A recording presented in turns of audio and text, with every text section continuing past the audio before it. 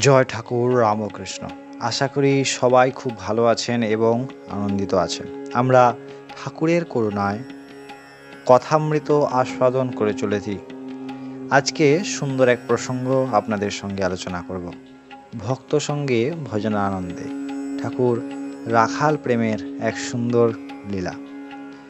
আরেকদিন ঠাকুর নিজের ঘরে ছোট খাটটির উপর বসিয়া আছেন। আনন্দময় মূর্তি হাস্য বদন শ্রীযুক্ত কালীকৃষ্ণের সঙ্গে মাস্টার আসিয়া উপস্থিত হলেন। কালীকৃষ্ণ জানিতেন না তাহাকে তাহার বন্ধু কোথায় লইয়া আসিতেছে। বন্ধু বলিয়াছিলেন, সুঁড়ির দোকানে যাবে তো আমার সঙ্গে এসো, সেখানে এক জালা মদ আছে। মাস্টার আসিয়া বন্ধুকে যাহা বলিয়াছিলেন প্রণামান্তর ঠাকুরকে সমস্ত নিবেদন করিলেন।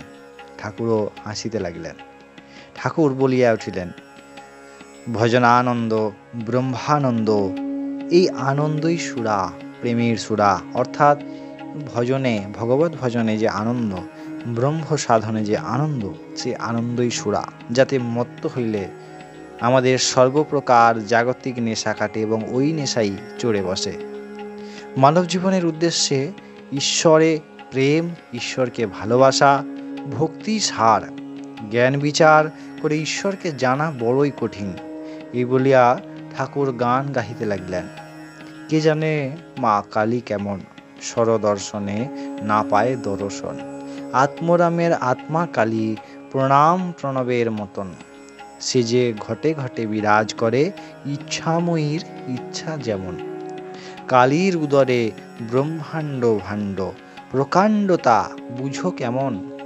যেমন শিব বুঝেছেন কালীর মর্ম, অন্যে কেবা জানে তেমন। ক্রমবর্ধমান এই গানটি গাইতে লাগলেন। ঠাকুর শ্রীরামকৃষ্ণ আবার বলিতেছেন, ঈশ্বরকে ভালোবাসা এটি জীবনের উদ্দেশ্য। যেমন বৃন্দাবনে গোপীরা, রাখালরা শ্রীকৃষ্ণকে ভালোবাসত। যখন শ্রীকৃষ্ণ মথুরায় গেলেন, রাখালেরা তাঁর বিরহে কেঁদে কেঁদে বেড়াত। এই বলিয়া ঠাকুর ঊর্ধ্ব দৃষ্টি হইয়া গান গাহিতেছেন। দেখে এলাম এক নবীন রাখাল, নবীন তরুর ডাল ধরে, নবীন সে বসে কোলে বলে, কোথায় রে ভাই কানাই। আবার কা বই কানাই, বোঝারে না রে, বলে কোথা রে ভাই। এই প্রকার ঠাকুর প্রেমমাখা গান শুনিয়া মাস্টারের চক্ষুতে জল আসিয়াছে। আমরা পরের দিন আবার পরবর্তী প্রসঙ্গে আলোচনা করব। ততক্ষণ আপনারা সবাই খুব ভালো থাকবেন, আনন্দ থাকবেন। ঠাকুরের করুণা হলে আমাদের নিরন্তই আনন্দ।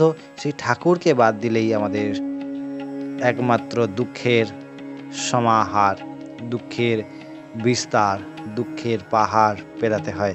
জয় ঠাকুর, জয় রামকৃষ্ণ।